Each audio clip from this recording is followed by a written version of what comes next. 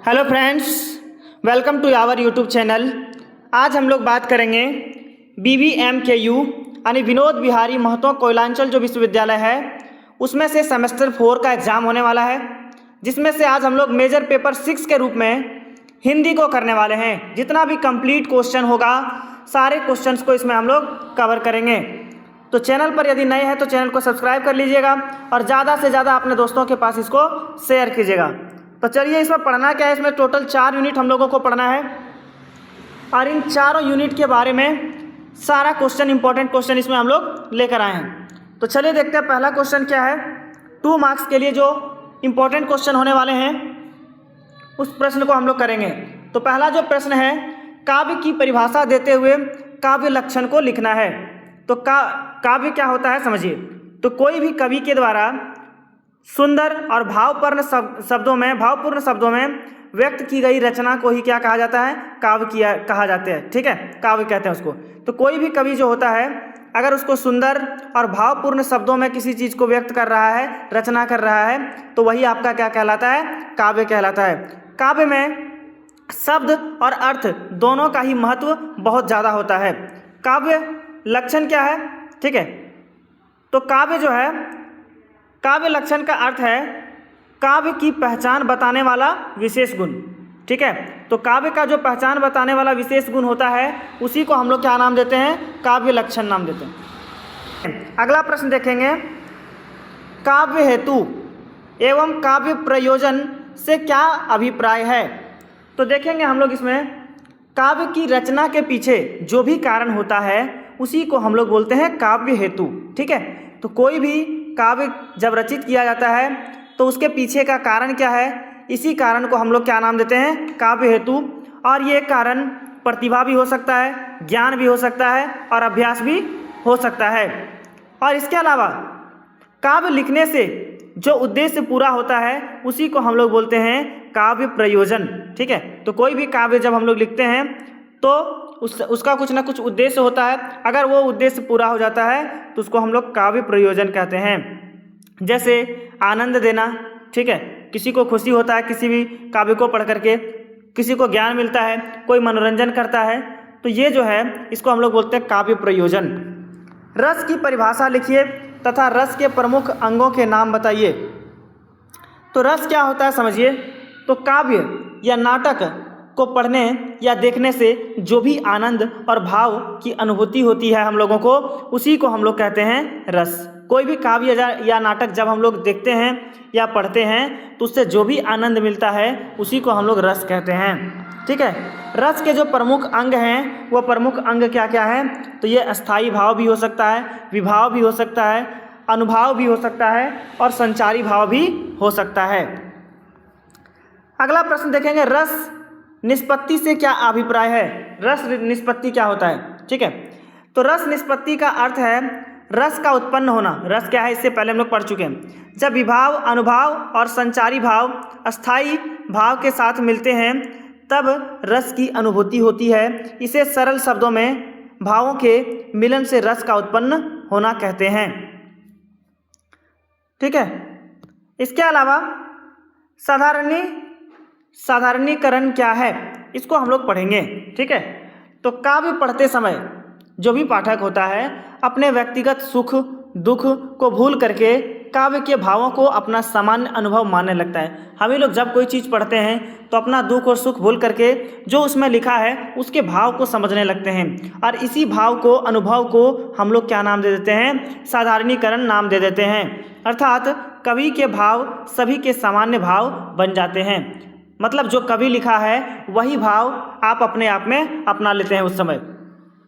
अलंकार की परिभाषा देते हुए उसके प्रमुख भेदों के नाम लिखिए। ठीक है, तो काव्य की सुंदरता और प्रभाव को बढ़ाने वाले जो विशेष शब्द या अर्थ को हम लोग क्या नाम देते हैं, अलंकार नाम देते हैं। अलंकार किसको कहते हैं। तो कोई भी काव्य की सुंदरता को जब हम लोग बढ़ाना चाहते हैं, उसके प्रभाव को बढ़ाना चाहते हैं, तो उसमें विशेष शब्द या अर्थ को ही क्या कहते हैं, हम लोग अलंकार कहते हैं। अलंकार के 2 प्रमुख भेद हैं, शब्द अलंकार और अर्थ अलंकार। ठीक, उदाहरण है अनुप्रास, उपमा, रूपक, ये सभी क्या हैं, अलंकार के उदाहरण हैं। अब क्वेश्चन है कि उपमा और रूपक अलंकार में क्या अंतर है। तो देखिए यहाँ पर लिखा गया है, जिसमें किसी वस्तु या व्यक्ति की तुलना दूसरे वस्तु से, जैसे सा, समान इत्यादि शब्दों द्वारा की जाती है, उसे उपमा अलंकार कहते हैं। जिसमें उपमेय को सीधे उपमान के रूप में प्रस्तुत कर दिया जाता है, उसको रूपक अलंकार कहते हैं। ठीक है, आगे देखिए 8 नंबर प्रश्न, ध्वनि सिद्धांत से क्या अभिप्राय है, ध्वनि के प्रमुख भेद को लिखिए। तो ध्वनि क्या होता है समझिए। तो काव्य में शब्दों के सीधे अर्थ, जो भी कविता है उसमें शब्दों का सीधा अर्थ के अलावा जो छिपा हुआ विशेष अर्थ समझ में आ जाता है, उसी को हम लोग क्या कहते हैं, ध्वनि कहते हैं। ध्वनि के प्रमुख 2 भेद हैं, एक वस्तु ध्वनि, एक अलंकार ध्वनि, और इसी को हम लोग बोलते हैं रस ध्वनि। रीति की परिभाषा देते हुए रीति एवं गुण का संबंध बताना है। ठीक है, कि रीति का परिभाषा देते हुए हम लोगों को क्या बताना है कि रीति का गुण और इसका संबंध। तो काव्य में शब्दों की सुंदर और विशेष रचना शैली को ही क्या कहा जाता है, रीति कहा जाता है। कोई भी काव्य जब लिखते हैं तो जब शब्दों का सुंदर और विशेष जब रचना होता है तो उसी शैली को हम लोग क्या कहते हैं, रीति कहते हैं। रीति का संबंध गुणों से है, क्योंकि काव्य के गुणों के कारण उसकी भाषा और शैली जो होती है सुंदर होता है और प्रभावी उसको बनाने का काम करता है। वक्रोक्ति का सिद्धांत, वक्रोक्ति सिद्धांत क्या है समझिएगा। वक्रोक्ति तो काव्य में, ठीक है, काव्य में बात को सीधे सीधे ना कहकर सुंदर, उसके बाद चमत्कारपूर्ण और कुछ अलग ढंग से कहना ही वक्रोक्ति कहलाता है। जैसे कुंतक ने, कह सकते हैं कुंतक ने वक्रोक्ति सिद्धांत का प्रतिपादन किया था। उनके अनुसार वक्रोक्ति ही वाक्य की विशेष सुंदरता है। वक्रोक्ति क्या समझ में आया, किसी भी बात को सीधे सीधे ना कह करके उसको चमत्कारपूर्ण रूप में या अलग ढंग से जब कहने का बात करते हैं तो उसको हम लोग वक्रोक्ति कहते हैं। इसका सिद्धांत किसने दिया था, कुंतक ने दिया था। तो ये थे कुछ 2 मार्क्स या 3 मार्क्स के लिए प्रश्न। अब हम लोग 10 या 15 मार्क्स के लिए हम लोग क्वेश्चन पढ़ेंगे। भारतीय काव्य शास्त्र की परंपरा का परिचय देते हुए उसके विकास क्रम पर प्रकाश को डालना है। तो भारतीय काव्य शास्त्र का परंपरा क्या है, इसके बारे में हम लोग पढ़ेंगे। इतना जल्दी कहाँ आ गई। तो अभी परंपरा का परिचय देते हुए उसके विकास क्रम पर प्रकाश को डालना है। तो सबसे पहले इसमें बात करेंगे हम लोग भूमिका का। तो भूमिका क्या है, इसमें काव्य शास्त्र का भूमिका देखते हैं। ठीक है, भारतीय काव्य शास्त्र की परंपरा जो है वो बहुत ही पुरानी है। काव्य शास्त्र आज से नहीं, बहुत पहले से चलती आ रही है। इसमें काव्य के जो स्वरूप हैं, रूप हैं, गुण, दोष, इसके अलावा रस, अलंकार, भाषा और काव्य से मिलने वाले आनंद का अध्ययन किया जाता है। किसमें, काव्य शास्त्र में। अलग अलग समय में अनेक आचार्यों ने जो है काव्य को अलग अलग पक्षों पर विचार किया। ठीक है, जैसे जैसे समय बदला अलग अलग आचार्य आए और उन्होंने काव्य को क्या किया, अलग अलग पक्ष में इनका विचार दिया। और इसी कारण से भारतीय काव्य शास्त्र की परंपरा जो है वो बहुत ही ज़्यादा समृद्ध है, बहुत ही ज़्यादा बड़ा है। ठीक है, क्योंकि अलग अलग व्यक्ति आए और उन्होंने अलग अलग तरीके से इसको बताया। तो भारतीय काव्य शास्त्र का जो विकास है, इसका विकास कैसे हुआ ये समझेंगे। तो सबसे पहले हम लोग बात करेंगे भरत मुनि और रस सिद्धांत के बारे में। तो भारतीय काव्य शास्त्र के विकास में भरत मुनि का महत्वपूर्ण स्थान रहा है। ठीक है, एक बहुत ज़्यादा योगदान दिया इन्होंने। इसके अलावा इसकी जो प्रसिद्ध रचना थी नाट्य शास्त्र है। इसकी प्रसिद्ध रचना क्या है, नाट्य शास्त्र है। इन्होंने रस सिद्धांत को क्या किया, एक व्यवस्थित रूप दिया, एक सही रूप दिया। इसके अनुसार जो है विभाव, अनुभाव और संचारी भाव के संयोग से रस की अनुभूति होती है। तो इन्होंने क्या बताया कि रस सिद्धांत को ये क्या किए, एक सही रूप दिए। और इसके अलावा बताए कि जो विभाव होता है, अनुभाव होता है, इसके संयोग से ही रस का अनुभूति होता है। इसके अलावा हम लोग रस को नहीं समझ पाएंगे। ठीक है, इसके बाद हम लोग बात करेंगे किसका, तो भामा और अलंकार सिद्धांत के बारे में।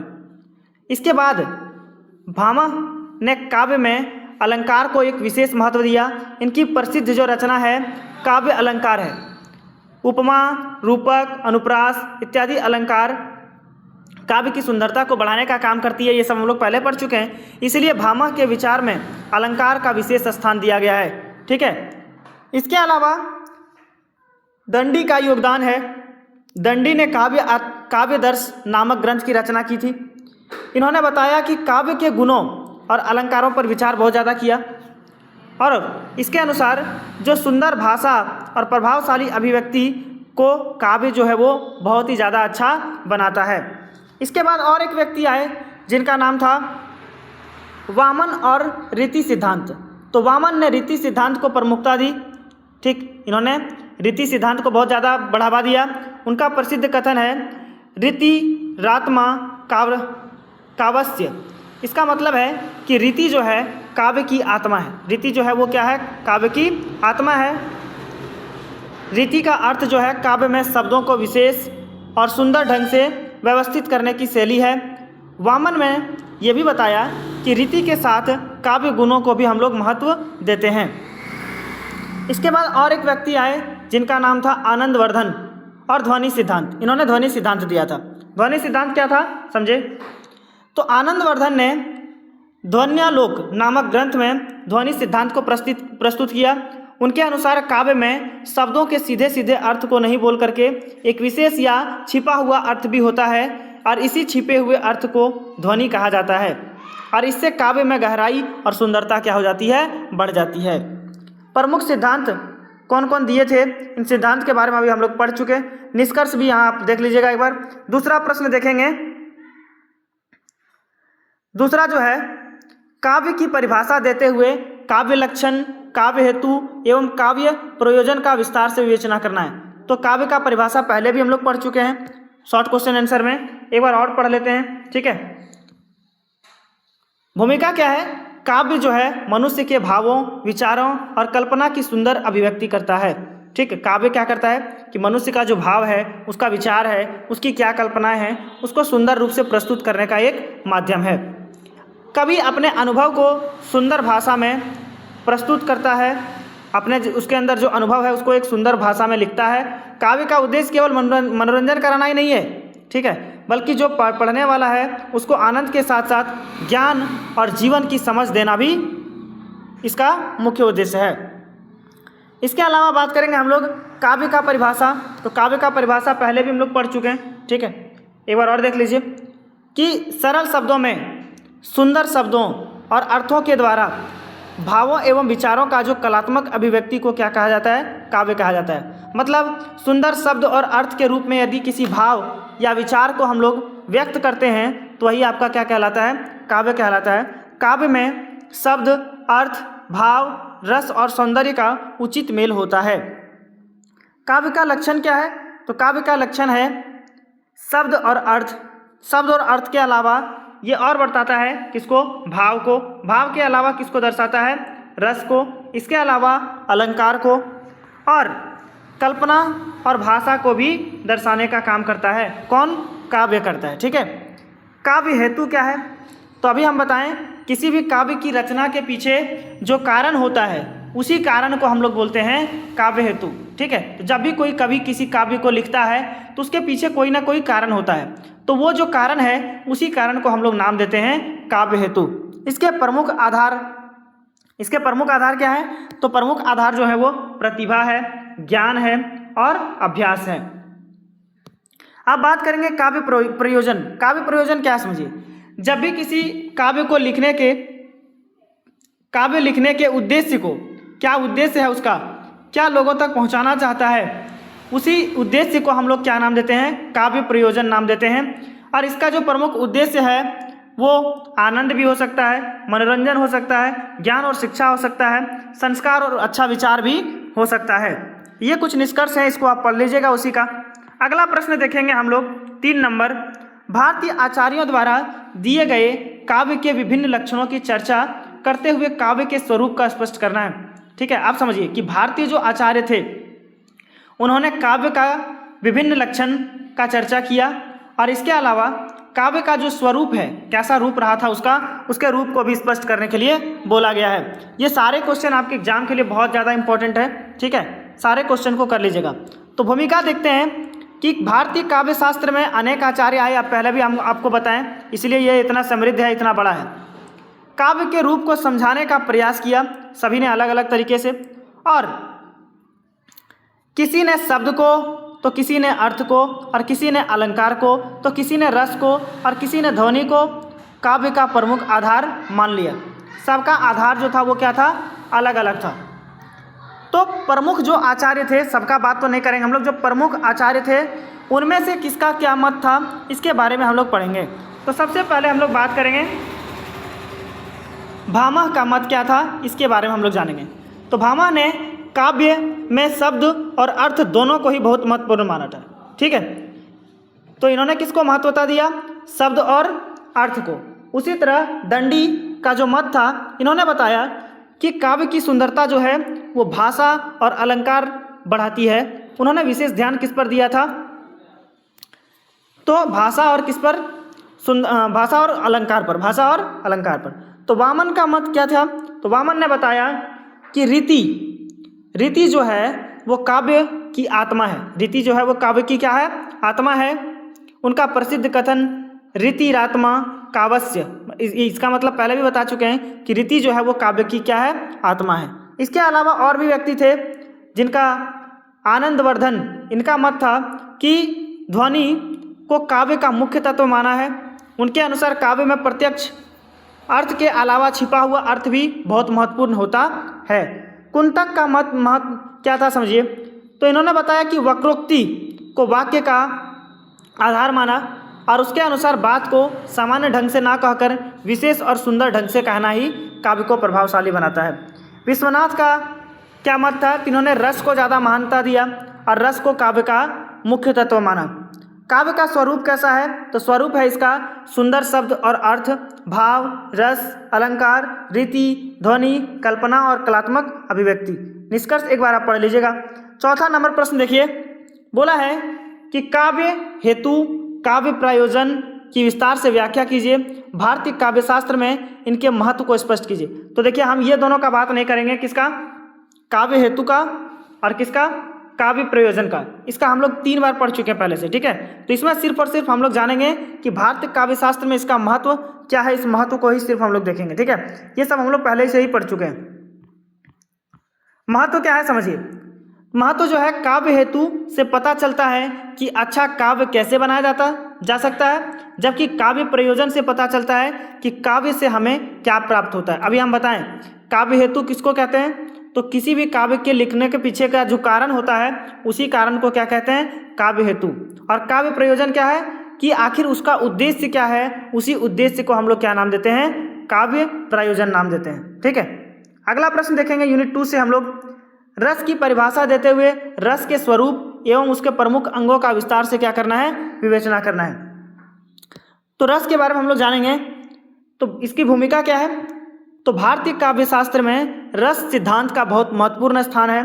काव्य को पढ़ने का, जब भी किसी काव्य को पढ़ते हैं, सुनते हैं या देखते हैं, इसके समय मन में जो भी विशेष आनंद आता है, पहले भी इसके बारे में हम लोग पढ़ चुके हैं रस के बारे में। तो किसी भी काव्य को देखते, पढ़ते या सुनते समय जो भी मन में आनंद आता है, जो भाव उत्पन्न होता है, उसी को हम लोग क्या कहते हैं, रस कहते हैं।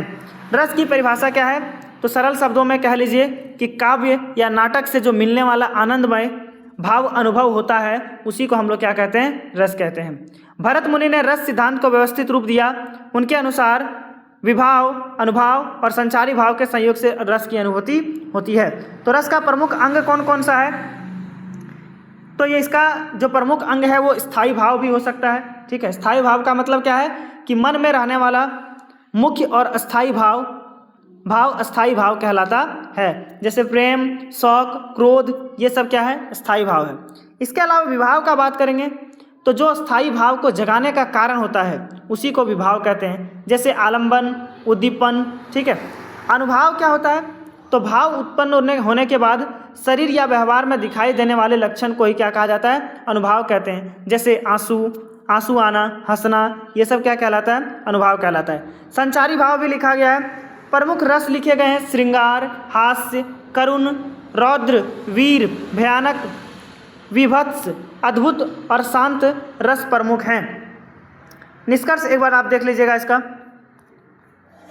अगला प्रश्न देखते हैं 6 नंबर, रस निष्पत्ति से क्या अभिप्राय है? भरत मुनि के रस सूत्र की व्याख्या करते हुए रस निष्पत्ति की प्रक्रिया को क्या करना है? समझाना है। तो समझिए पहले हम लोग, काव्य या नाटक पढ़ने अथवा देखने पर हमारे मन में किसी भाव की विशेष अनुभूति हो जाती है। जब भी किसी काव्य या नाटक को पढ़ते हैं या देखते हैं तो हमारे मन में क्या होता है? एक भाव की विशेष अनुभूति होती है। इसी भाव के रस में बदलने की प्रक्रिया को क्या कहते हैं? रस निष्पत्ति कहते हैं। तो इनमें भरत मुनि का जो रस सूत्र था, उन्होंने बताया था कि विभाव, अनुभाव और संचारी भाव के संयोग से रस की निष्पत्ति होती है। रस निष्पत्ति के जो तत्व हैं वो क्या क्या हैं? पहले भी हम लोग पढ़ चुके हैं। स्थायी भाव, विभाव, अनुभाव, संचारी भाव, ये सब जो है रस निष्पत्ति के तत्व हैं। रस बनाने की प्रक्रिया कैसी होती है?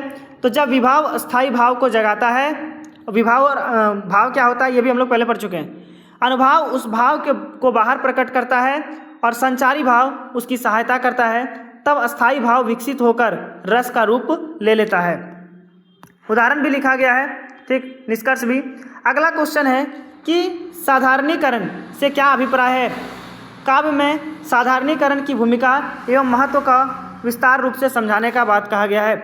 तो क्या होता है साधारणीकरण? समझो, काव्य में कवि अपने व्यक्तिगत, अपना जो उसका पर्सनल अनुभव होता है और भाव होता है उसी को व्यक्त कर देता है, लेकिन जो काव्य पढ़ने वाला व्यक्ति होता है उसी भाव को अपने अनुभव में कर लेता है। ठीक है, इसी प्रक्रिया को क्या कहते हैं? साधारणीकरण कहते हैं। हम लोग जब भी किसी काव्य को पढ़ते हैं या सुनते हैं तो अपने भाव को हम लोग भूल करके कवि के भाव को क्या करते हैं? अपना समझ लेते हैं, और इसी को हम लोग नाम देते हैं क्या? साधारणीकरण।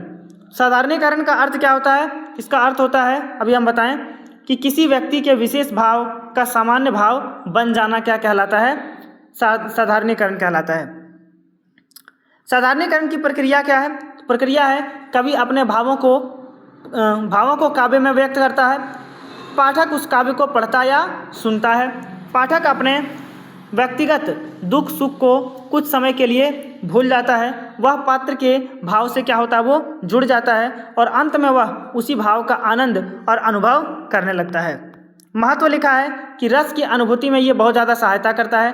पाठक को काव्य से जोड़ने का काम करता है साधारणीकरण।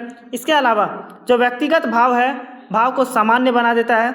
काव्य का प्रभाव जो है वो बढ़ाता है। निष्कर्ष एक बार देख लीजिएगा।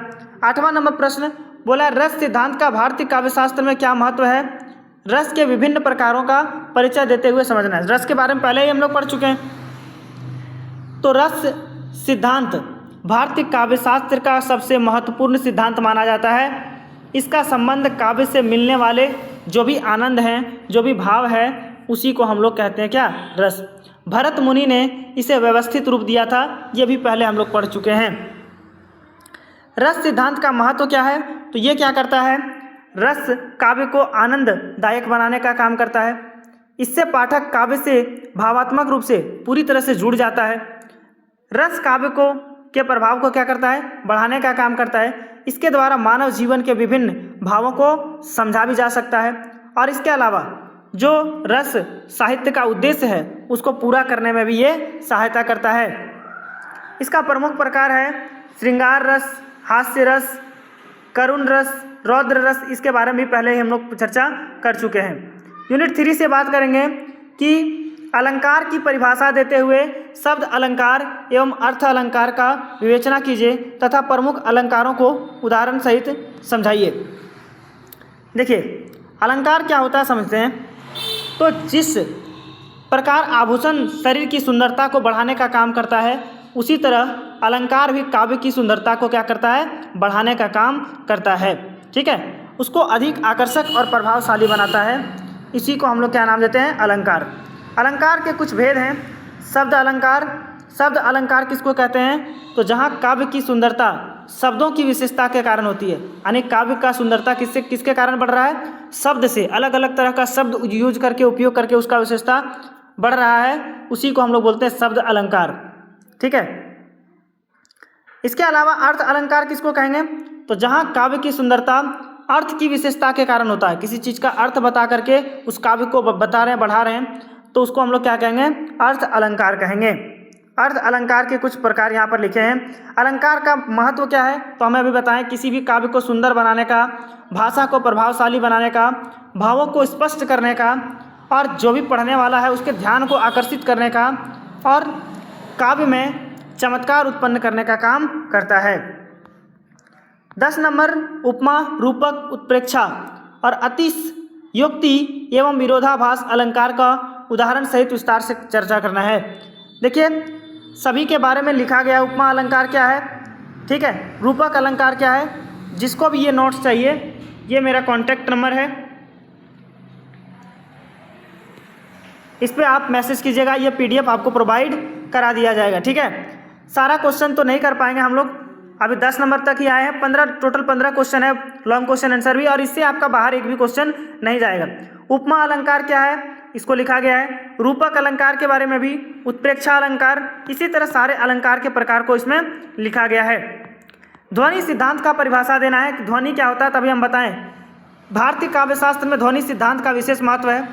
इसमें इसका जो प्रमुख आचार्य है उसका नाम क्या है, आनंदवर्धन है, और इसकी प्रसिद्ध रचना ध्वन्यालोक है। ये हम लोग पहले भी चर्चा कर चुके हैं। ध्वनि की परिभाषा भी पहले हम लोग पढ़ चुके हैं। किसी भी काव्य में किसी चीज़ को सीधे सीधे नहीं कह करके जो विशेष उसका जो अर्थ है, जो विशेष या छिपा हुआ अर्थ है, उसको भी समझने का प्रयास करेंगे, तो उसी को हम लोग क्या नाम देते हैं, ध्वनि।